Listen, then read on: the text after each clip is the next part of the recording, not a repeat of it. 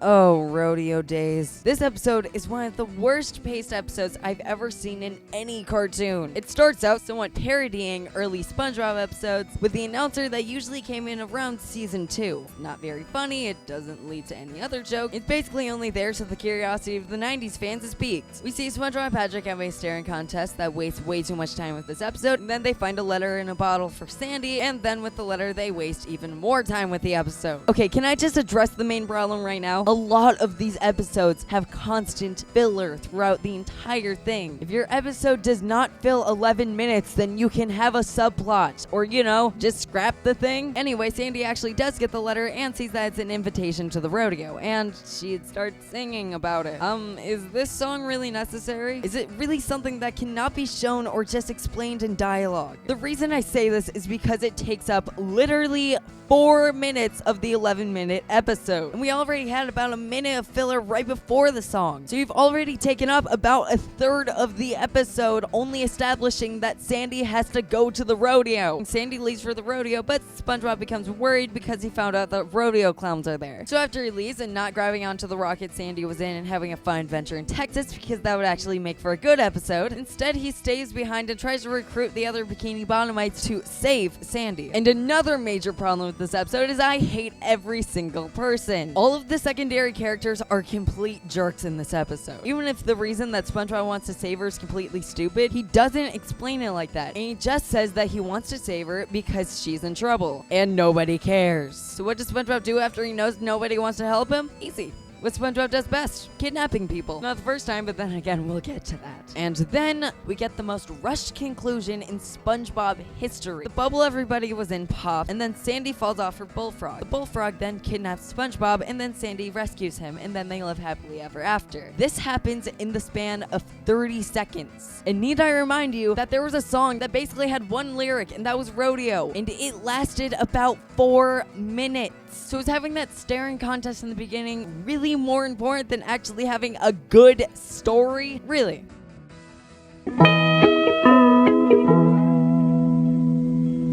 Well, here we go. The worst Squidward torture episode. Cephalopod Lodge. It's gonna be a fun day. The episode starts with Squidward actually happy, and SpongeBob actually wondering why he's happy. So to find out why Squidward's happy, SpongeBob and Patrick, oh yeah, Patrick's in this. They forgot to give Patrick a motive or even introduce him in the episode, so here's Patrick. I'm sure he'll add a lot to this episode. So they follow him and find him going to a giant pyramid temple in the middle of the desert. I honestly wish I was making this up. Squidward gets inside by showing the door guard his secret handshake, which I want you guys to remember, and they see a new member of the Lodge gang initiated by touching an eel. But SpongeBob and Patrick somehow snuck in, considering that there was a door guard that required a secret handshake and for some reason ruined the initiation. Squidward recognizes SpongeBob and Patrick and for that reason gets kicked out. After this, SpongeBob and Patrick feel bad and try to get Squidward back into the club, but well, just watch. If it wasn't your fault and it wasn't Squidward's fault, whose fault was it?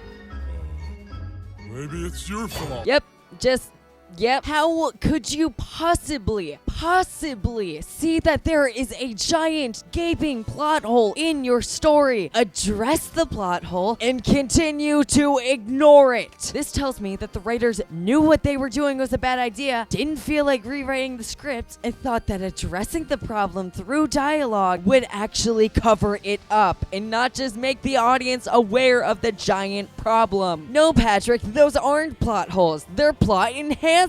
After this, the episode basically turns into Good Neighbors, and SpongeBob and Patrick try to force Squidward into their club for a while. I'd be more angry about them ripping off Good Neighbors, but there's no security system this time. After this, SpongeBob and Patrick find a giant Google image sock and use it to disguise themselves as an eel, which Squidward's going to defeat and friend the entire lodge so he can get back in. I would say that this is an awful plan, but knowing this episode, it'll probably say it for me. The plan works, but they climb out of the sock right at the end, and Squidward gets kicked out of the lodge again. The end. What, did you think Squidward would actually get back in the lodge? Psh, you obviously haven't watched enough SpongeBob, because if you did, you would have known that the innocent never come up on top.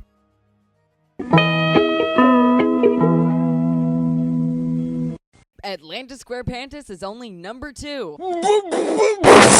This is the bad SpongeBob episode. The episode that's on top of every single worst list. Now, since this is technically a TV movie, and before anybody says anything, it's on the list of the episode, so I still count it, I'm going to just mention the 5 major problems that I have with this episode. Number 1 is that it's a musical. Now, musical episodes are fine as long as the songs are good, like in Hello Bikini Bottom, or even if you take the Steven Universe route and just have one really good song that actually moves along the plot. But in this episode, they really have no purpose whatsoever. All of the songs are poorly written and have horrible instrumentals. And speaking of the song's writing, this episode gets redundant. It spends about half the episode hammering in personalities and interests, even though past episodes have already done this. And there's a thing called subtlety. Like, oh, SpongeBob and Patrick like bubbles, Sandy likes science, Mr. Krabs likes money, Squidward likes art. Great, I'm really glad that you mention this every 2 seconds during dialogue and sing 2 songs about it each. Next is that the episode replaces substance for style. Most of the character songs switch to a different animation style, and quite honestly, it's not well done. Well, Sandy's song looks kinda good, all the other ones look inferior to the actual animation style. And number 4, and while it's minor, it really does show the quality of the special, is the oldest Bubble's backstory. Because it wasn't bad enough for the main motivation of the special to be to see a bubble. To sum up the backstory, the Atlanteans are an alien race that hauled a bubble through the void of space on foot for billions and billions of light years to bring this bubble to a random planet underwater and have the bubble be a centerpiece for a society that will be built there. Oh yeah, and the Atlanteans have psychic tandem war elephants. 10 out of 10. And somehow, that's not even the dumbest part of the special. No, the downright stupidest part of the special is the Patchy plot. Blank out the plot holes really wouldn't do this plot justice. It starts off with Patchy driving home so he can see the new episode of SpongeBob, but seeing that his hometown Encino is gone, so he then proceeds to explain in great detail the events of the special that he tried to come home to see for the first time. What? Then again, Patchy probably already knew the events of the special because he saw it in the commercials. Oh, you thought to Squarepants or not to have a long name had a long hype train. Not compared to this episode. Books, DVDs, merchandise, 100 episode marathon, Burger King toys, and over 9 million viewers on Premiere. What? And yet, it just barely missed out on the final slot. Let's skip the recap and get right to number 1.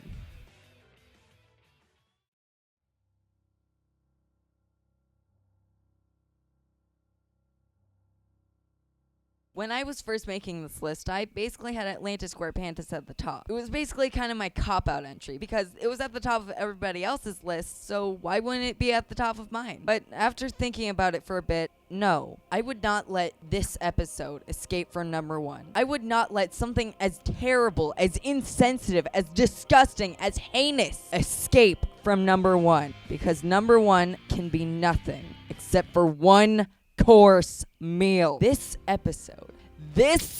episode, words cannot begin to describe how awful this episode is. The episode starts surprisingly promising, with Plankton attacking the Krusty Krab in a very comedic way. He traps Mr. Krabs and SpongeBob accidentally reveals where the Krabby Patty formula is when Pearl comes in the room and Plankton freaks out because he thinks that she'll eat him alive. But of course, the episode definitely would take this serious. So basically, in Bikini Bottom, it's completely legal and ethical to eat your neighbor alive. You do realize that Pearl and Plankton have been in the same room before, right? I mean, heck, Plankton was Pearl's father, and the algae is always greener. Pearl indirectly scares Plankton, and this gets Krabs intrigued, so he asks Pearl to scare Plankton some more. Pearl obviously says no, because she knows what the word conscience means, and basically out of nowhere, it's revealed that Krabs pays SpongeBob and play money. Plankton gets home and Karen thinks that he's overreacting, but then it's revealed that Plankton's entire family was murdered by whales. Excuse me, is that supposed to be funny? Because this isn't even heinous, it's just sad. Both because a family died and because somebody who calls himself a writer actually found this funny. Plankton goes into his lab and finds Pearl trying to eat him, but when Karen comes in, the fake Pearl vanishes. So like I said, it's a fake Pearl. So how long do you think Krabs is going to keep this up? A day, maybe 2, 3 at the max. Over 2 weeks! And after this title card, it's revealed that Plankton is in a realistic depression, not leaving this steel room because he's frozen solid with fear that a whale is going to come at any second, and that whale is literally going to end his life. Needless to say, if you're finding this funny, then you're sick. There's a difference between using a realistic and dark topic for comedy and dark comedy. One can be used for laughs despite the grim nature and is most likely going to be done over the top.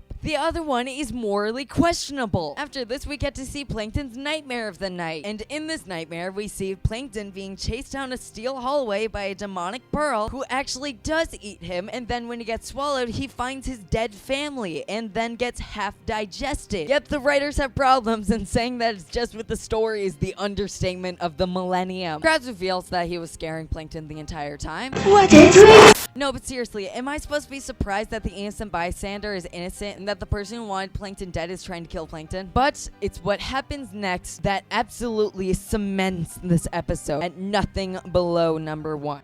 What's the point of going on? I'll just be tortured for the rest of my life by that whale.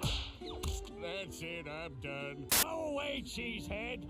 Can't you see I'm trying to get run over? Yes, you did indeed see that right. Plankton has literally been psychologically tortured for over 2 weeks, has fallen into a clinical depression, and is in the middle of the road attempting suicide. And before anybody says anything, this is not me looking into any sort of symbolism or subtext. No, it's a literal focus of the episode. What they are outright stating. And do I really need to tell you what's wrong with this? Really? If you take this episode in a story sense, friend or foe, an actually good episode makes this episode even worse. And I don't even want to say what happens if you take it into a moral sense. And his Krabs is literally in the middle of trying to murder somebody just so he doesn't lose a percentage of his customers. Because there definitely wouldn't be anybody under a placebo effect thinking that the original's better and going to the Krusty Krab instead, because that only happens in well-written episodes. And speaking of which, can we talk about who we're supposed to root for here? You're supposed to be rooting for the person who has psychologically tortured another being to the point of suicide and is absolutely happy that he is doing it. Well, we're supposed to hate the person who's a petty thief. Oh, I'm sorry, attemptive petty